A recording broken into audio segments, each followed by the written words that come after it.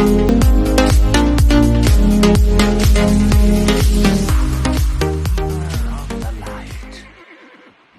guys. Good evening and we are back for the third series. Game number 1 tayo ngayon mga boss. It's gonna be EG. Sorry, EG tuloy. IG up against OG. So if it's okay, tamang chill casting na lang tayo guys. Since medyo late na rin naman na.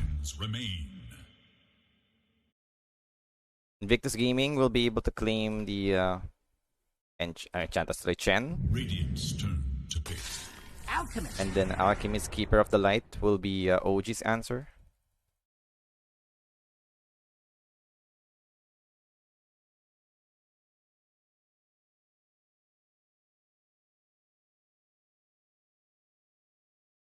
Ten seconds remain. Radiant's turn to battle. Timber Saw! So, getting the Timber Saw for the side of Invictus Gaming. This is possible their counter up against Alchemist. It is Dyer's ban.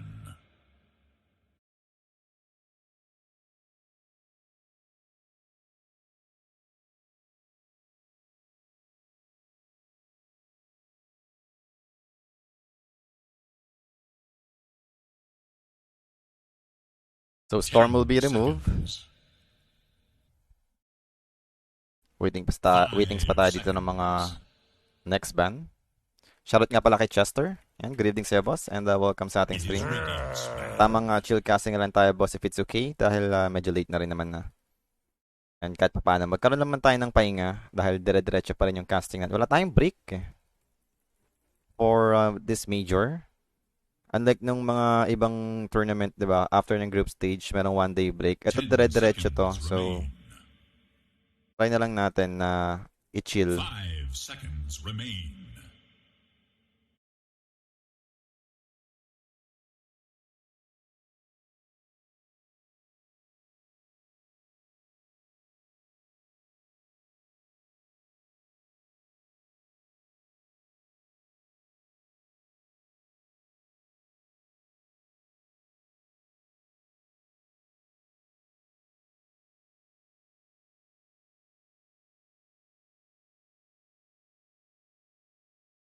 Dyer's turn to ban. Radiant's turn to ban.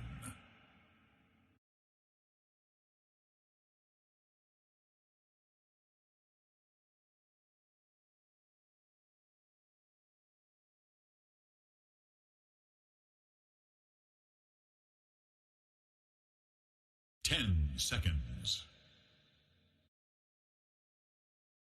5 seconds remain.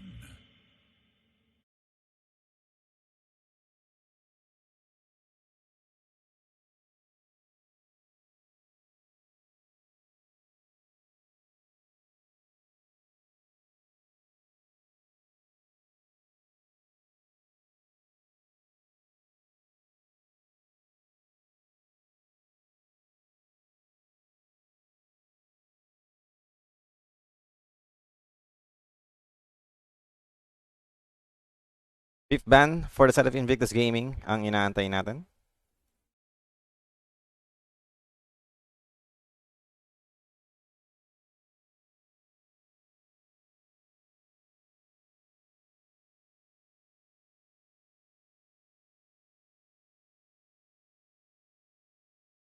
Lod, sino yung MC sa OG? Si Mind Control, yung sa Nigma Galaxy boss. Siya yung nag-stand-in ngayon for their offlane player.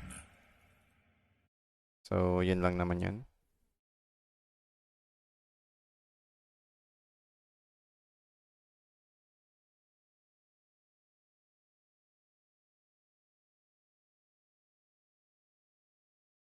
Sinang palitan ni Kit Rock Lodge? Si Chu. Si Chu yung naging post 5 nila ngayon. Nagpalit sila ni Misha, 'di ba? Si Chu yung dati nilang coach. Siya yung playing post 5 na ng OG. Pero yun nga, hindi rin siya makaka-attend. So, si Kit Rock yung pumalit. Nag-stand in.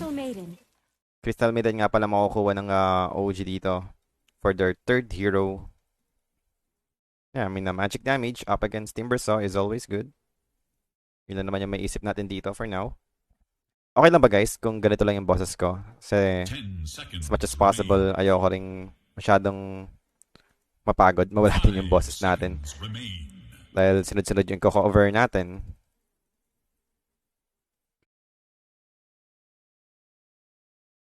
Si Ate Sherry, I think kakauwi lang niya. Radiant's turn to And ban. mukhang pagod na si Ate Sherry. Hindi siya makapag-cover ngayon ng any series on her schedule. Best of two Lods? Yes, this is a best of two series. So tamang chill na lang tayo dito for the third 10 series natin and let's just seconds. enjoy the game. 5 seconds. Dire must choose. Imba Spirit.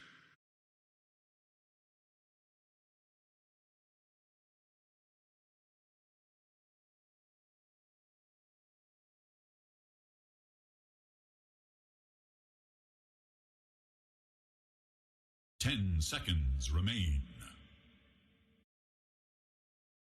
5 seconds.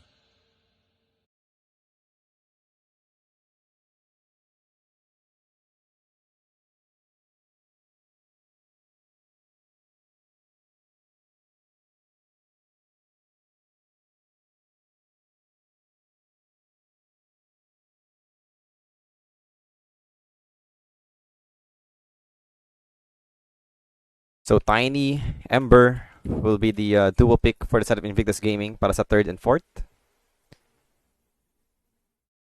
Sino? Saang team galing si Kitrax? Sa Old G. Kampi siya nila Seb dun sa Old G. Then, kung tinatanong mo kung saan pa siya galing bago siya mag-Old G, ayun yung di ko alam, boss. Pero yun nga, kampi siya ni Seb sa Old G.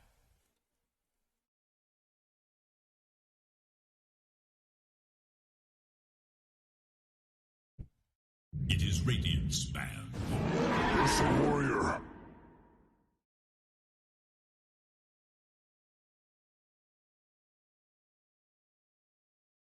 So, Ursa will be the fourth pick for the side of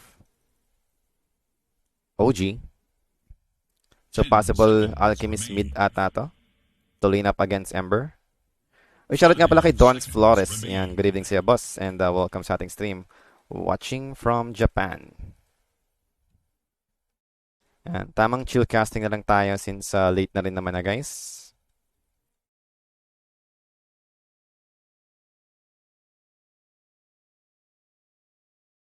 It is Dire's ban. Radiant's turn to ban.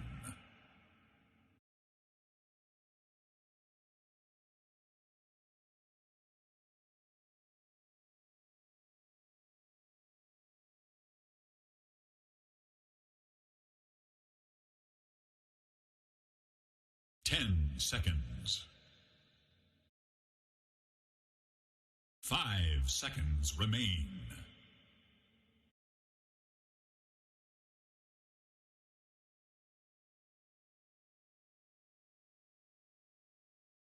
Dire's turn to ban.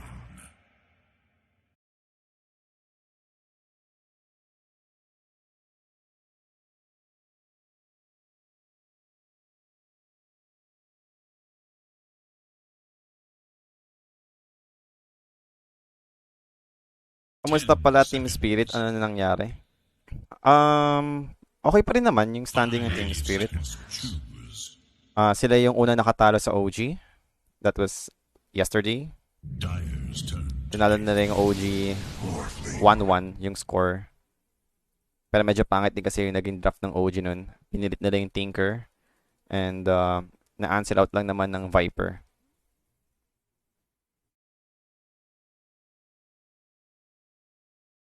Ten seconds remain. 5 seconds remain.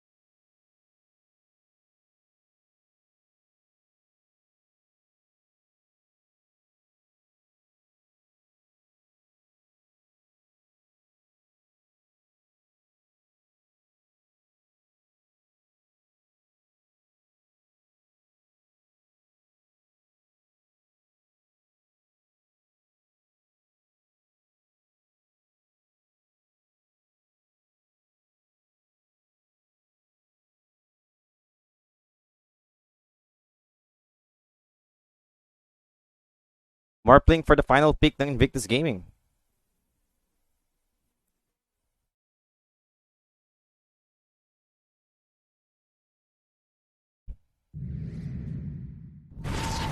Shoutout nga pala si ate ni Don Flores na si Make the Tricia. ultimate Yan. choice. Good evening po sa inyo, madam. And welcome po sa ating stream.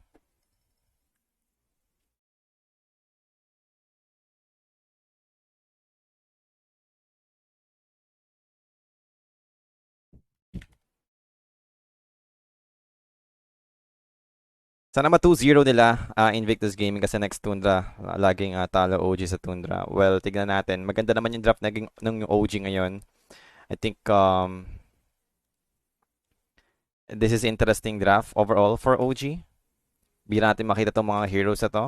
We have Alchemist, Necrophos. So, let's see and find out if this is gonna be good for OG. Medyo weird lang talaga yung last na na-cover ko for OG ng game number 2 up against Team Spirit. Since nag-tinker pa rin sila. Actually, para sa akin, parang ang hirap ipasok na ng tinker ngayon. Sa changes kasi nung Blink Dagger na namumute na instead of magko-cooldown lang ng 3 seconds. So, mahirap na para makatakas sa tinker kapag ando na yung damage ng opponent mo. Kahit anong gawing rearm mo, then still, hindi ka pa rin makapag-blink out. And heavily countered siya ng Viper ng time na yun.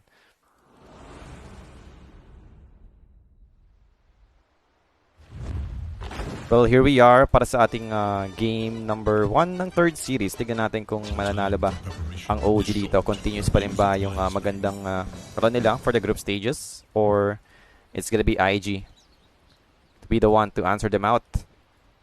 Maganda rin naman yung performance ng IG so far. Though, yung na-cover ko lang yung IG is when they are facing Execration. And alam na natin yung Execration ngayon. Medyo shaky yung laruan nila.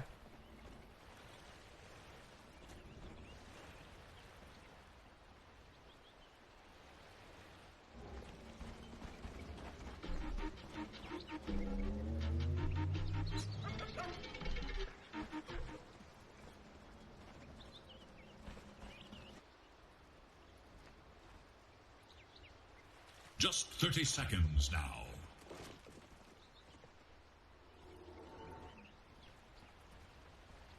So, here we are. 20 seconds left bago lumabas yung ating bounty rune. Magkakaroon ba tayo ng early engagement? That's the question.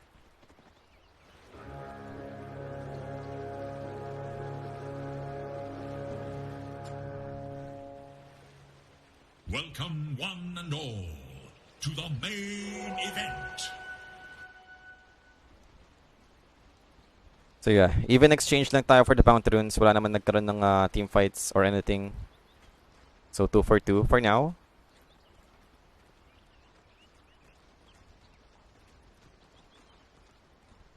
Oo, yun.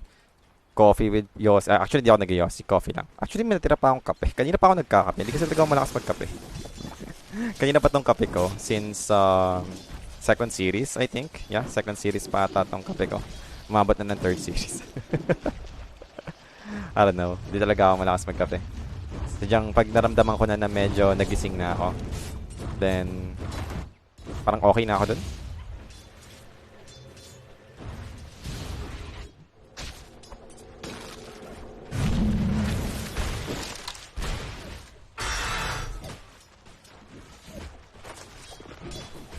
So, medyo mahirap na matchup for OG para sa lane stage, I think.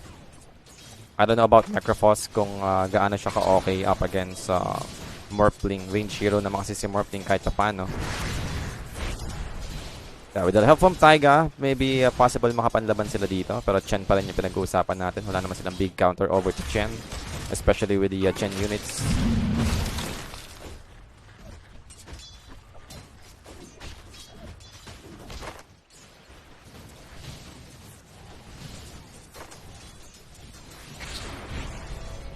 Lahat na ba kayo guys? Nakapaglaro na ng new patch natin? Or tamang node na lang din kayo, ganun. Kasi ako, medyo tamad na rin ako maglaro ng Dota. Not unless nayaya ako ng tropa. Yung tipong kompleto kami, ganun na lang. Ganun lang ako naglalaro ng Dota. And actually, di ko pa nalalaro yung panibagong patch natin. Nagkakas ako, no? Pero never ko pa na-experience yung new patch. So, hindi lahat dito, parang alam ko na. Hindi ko pa nga nababasa din lahat. Yung mga changes for the heroes.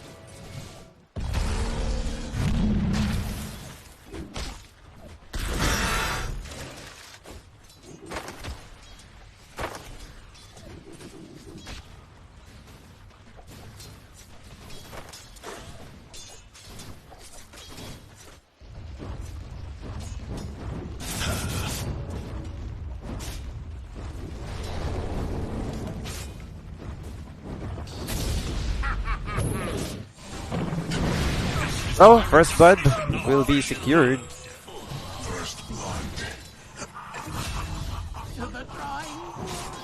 Burn away your ignorance.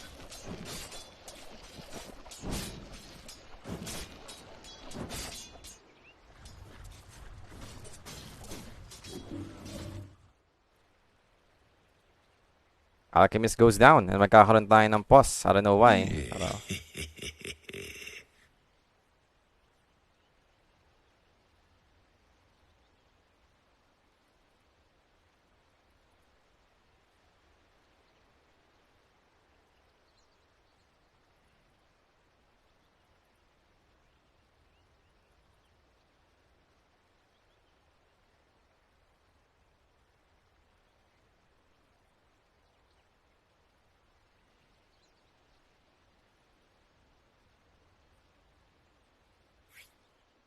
Lumindol?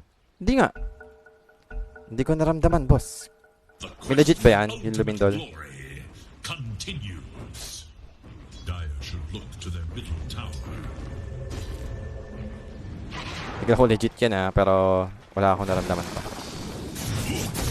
Keep safe, guys. If ever mang Lumindol nga. 2-0 na nga pala tayo sa ating score.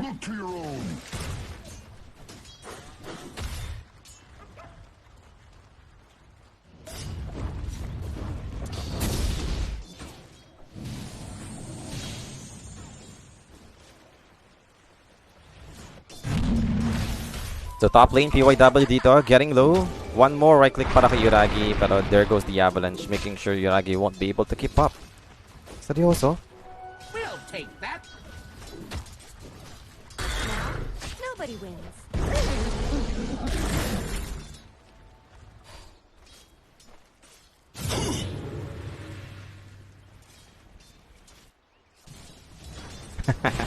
Sa magandang paraan.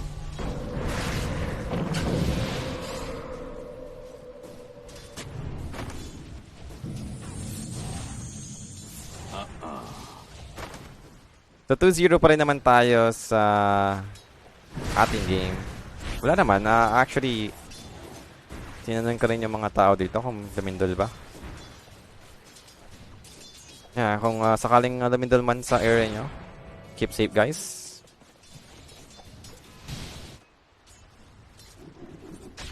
My thrift rewarded.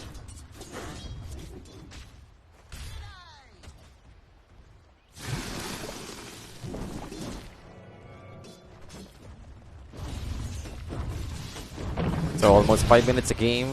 Wala pa rin namang nadagdag na kills dito.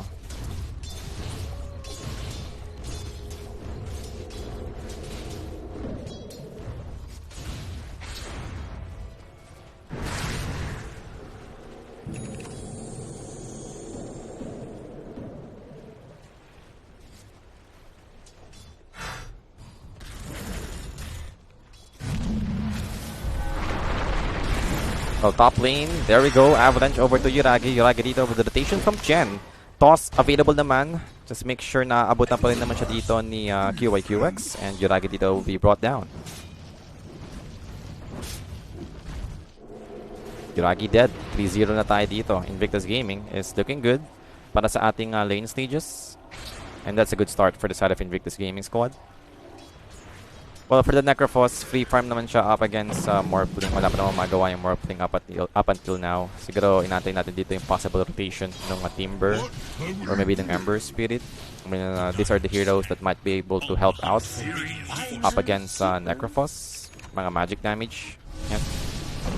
And the MC, well, they have the Purge. So we'll be removing his Ghost Shroud. Pero di naman enough yan to bring him down. MC will do survive.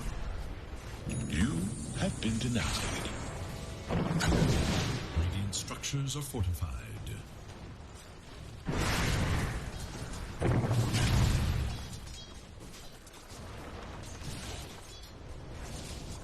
Yeah, 6 minutes in. And constant illuminate charge para kay Tiger. Tamaan pa rin nga si Imo dito.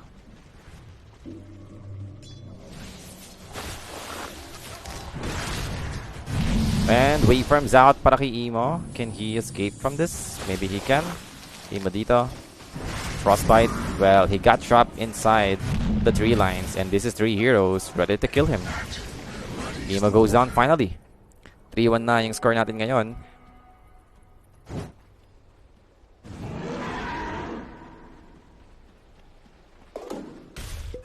Radiant's bottom tower is in danger.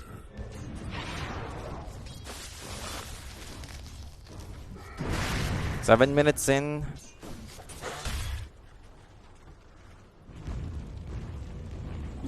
Rune of double.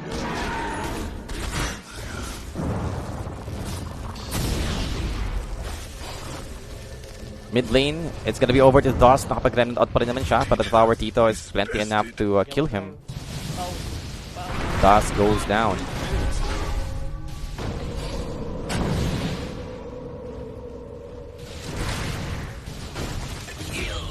Is the cure.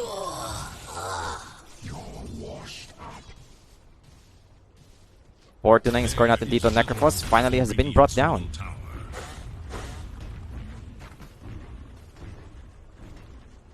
Radiant.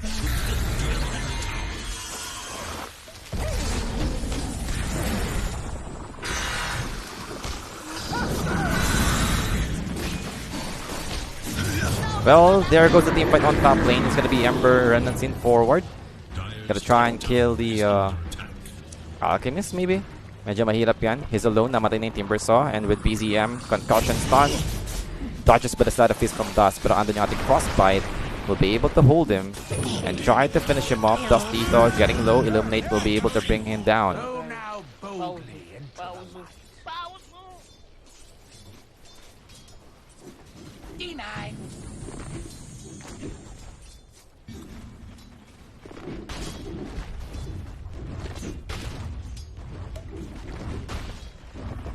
Alchemist stun over to the Tiny for a nice avalanche to stop from the Alchemist from throwing the stun. BZM dito. Still trying to chase out PYW. Another stun will be thrown. Pero shorter duration lang naman yan.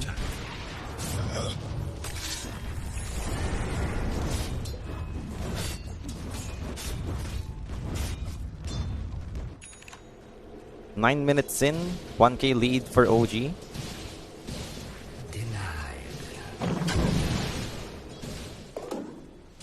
Dire's top tower is in danger. We'll take that.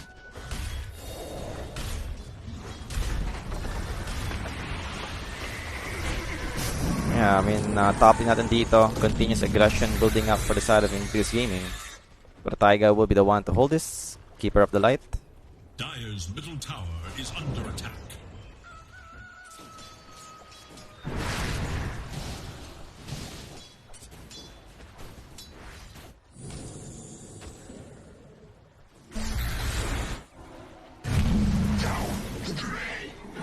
Ice is not always And united. Morphling taken out. Kitrak dito. Tips coming out para kay Kitrak. Siya yung nakapatay sa Morphling. Is under attack. Yung map, oh boss, malaki na talaga yung mapa. Grabe, parang dalawang lane yung nadagdag eh, no?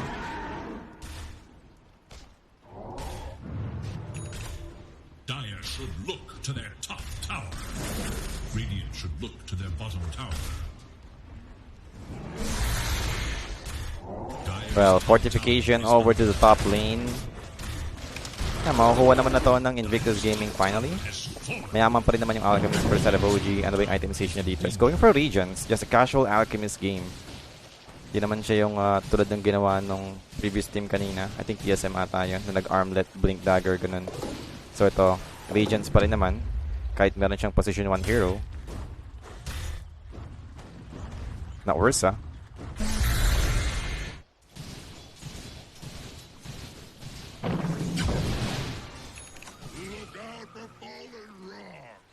Or 5 yung score.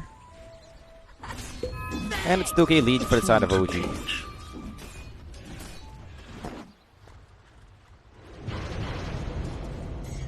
What have we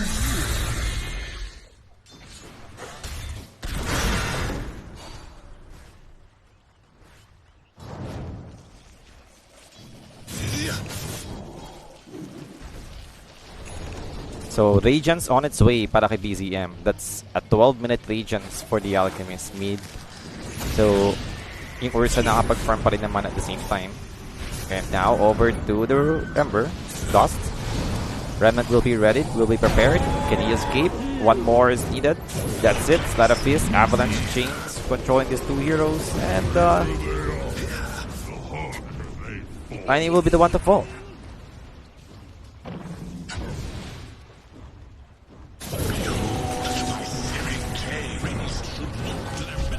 Continues pa rin naman dito sa pagkuha ng objective yung OG squad. And over to QYQX. Jen will be killed instantly by OG. Anong standing nito? Game 1 pa lang tayo, boss.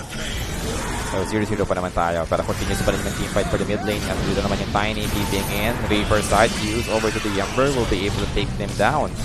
Ember goes down with the Tiny joining in. Not gonna be enough to turn this fight around. Alchemist is just so strong with Necrophos. Grabe yung DPS nila.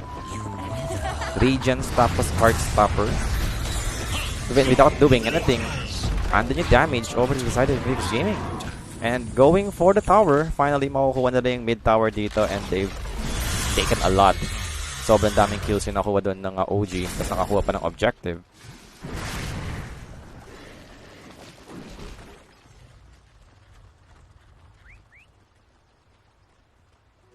Finders, keepers.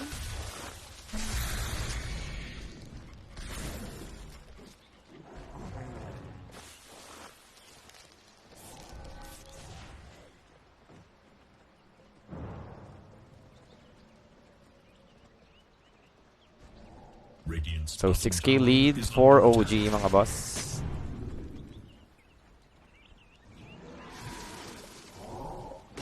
$14 minutes almost. Tower has fallen.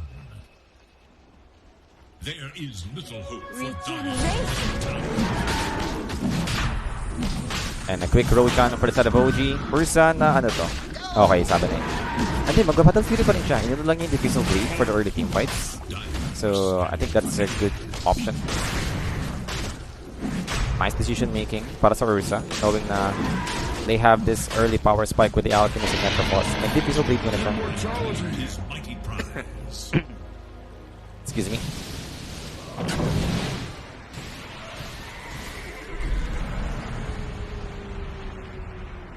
So age is secured, 14 minutes.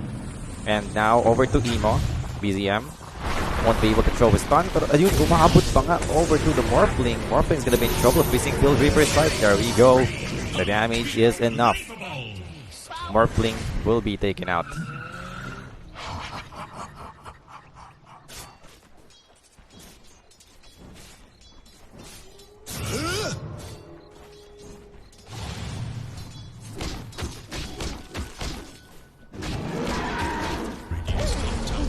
Is under attack. So 7k lead. Radiant's tower is in danger.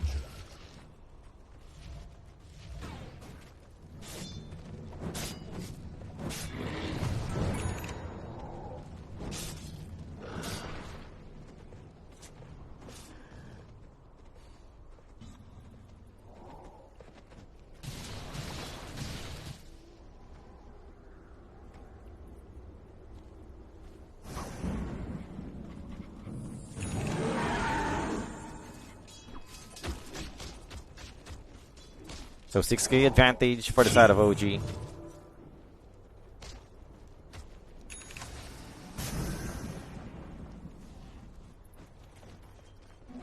Haste. And DOS dito, the slows comes in. Meron naman siya ng remet na naka-prepared, so that will be fine for now. Radiant's bottom tower is in danger. Repent. Oh, team fight na naman dito. Chen will be taken out immediately by OG. Pretty simple committed para sa Crystal Maiden. And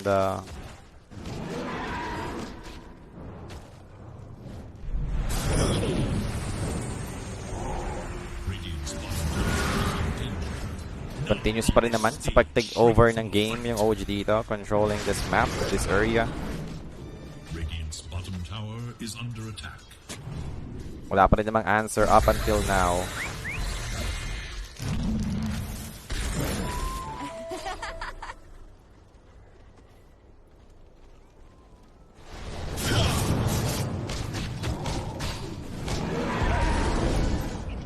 Unbelievable!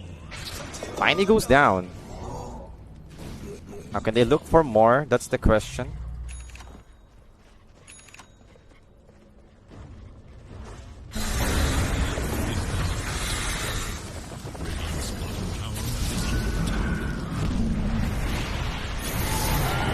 Deeper side committed, will be able to bring down the Timber Saw.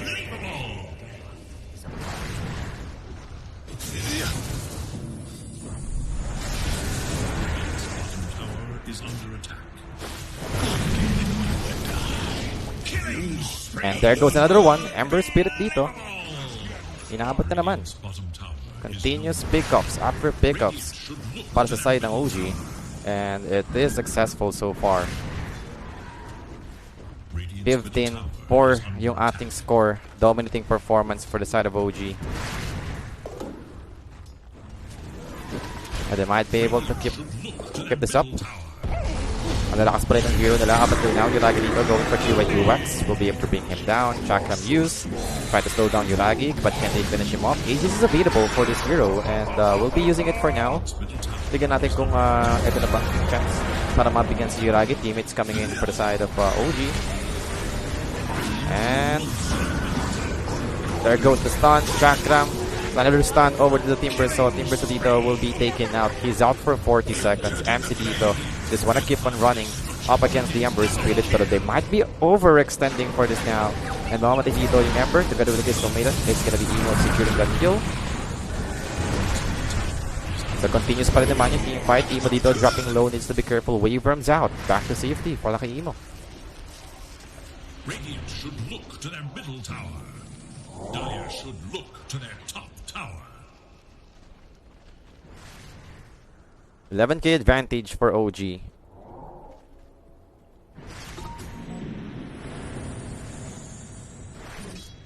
Ay, sorry na palitan ko yung ano. May napindot ako. Beating na IG. Relax lang guys. Baka malay nyo naman, diba? Makabawi-bawi pa sila dito.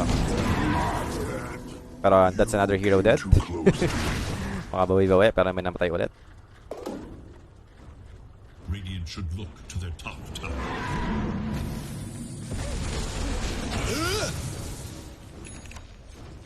BZM going for Manta style for his next item.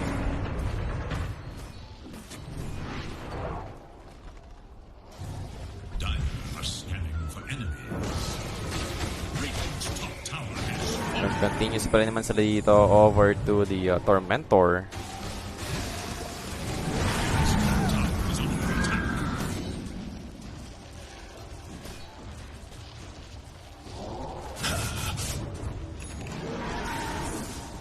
Puro mama yung hero ng OG. Yung mamang hero at the same time, grabe yung damage output. And now it's gonna be over to BYW. Trying to escape. Maybe he can. Hindi naman maghahabol masyado dito yung OG. It's gonna be Taiga getting out position. Needs to be careful. Backing off for now. Nobody will die.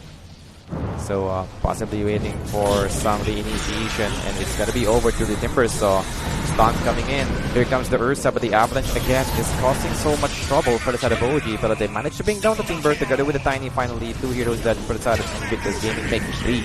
Samuel Wayne Chen, and now the stun over to Dust. Dust will be digging out as well. 4 heroes dead in total for the side of Invictus Gaming.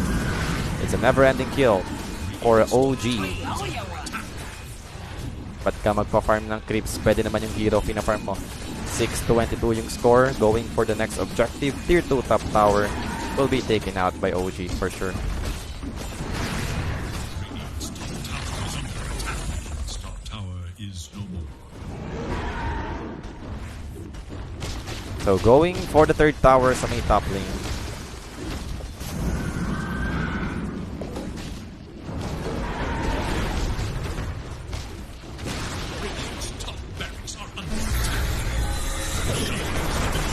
And set of racks. Mukhang makukuha naman nila dito.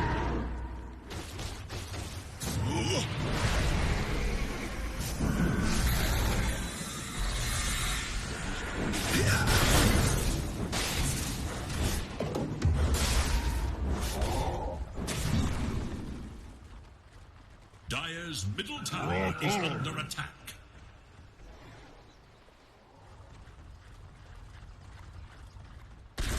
$20k advantage na for OG. And continuous pa rin naman tayo. We'll take that. And building up this advantage.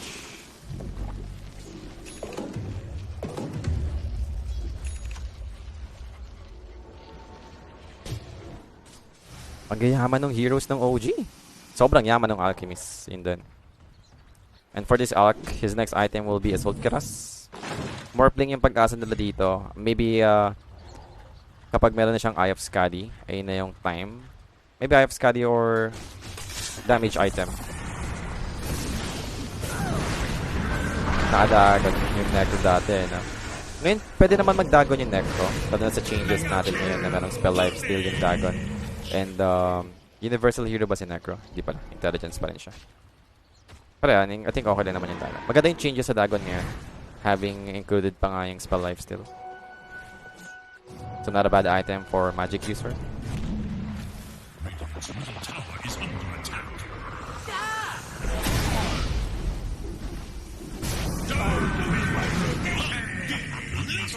So dominating. Dire's bottom tower is under attack. Illusion.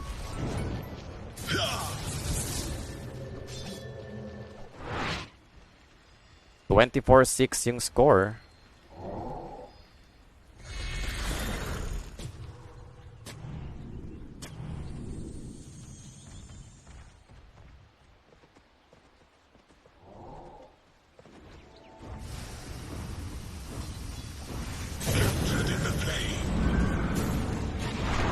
And Avalanche toss back play over to Taiga. Taiga is delicada blinding light. It's not going to be enough to save his self.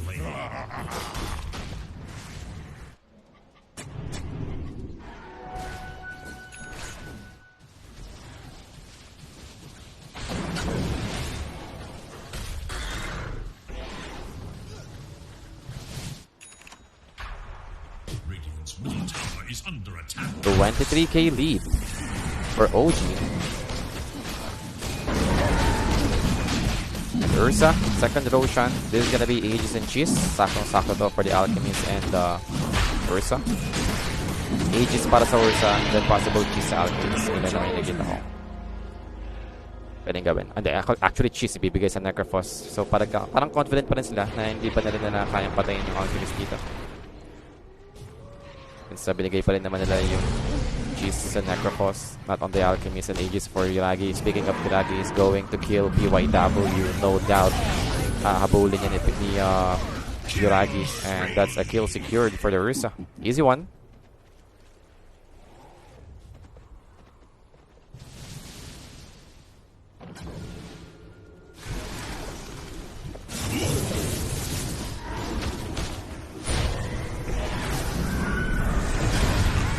And it's gonna be over to Emo to be in trouble. Iba dito will be taken out.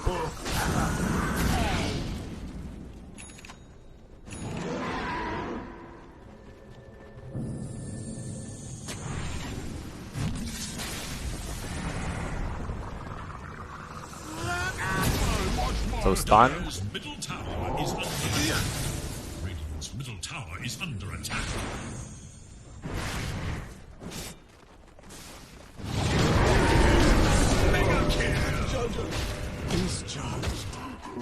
Kills after kills.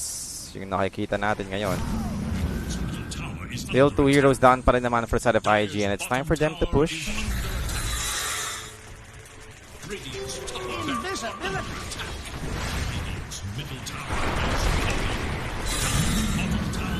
And going for the set of Praxis sa may top lane.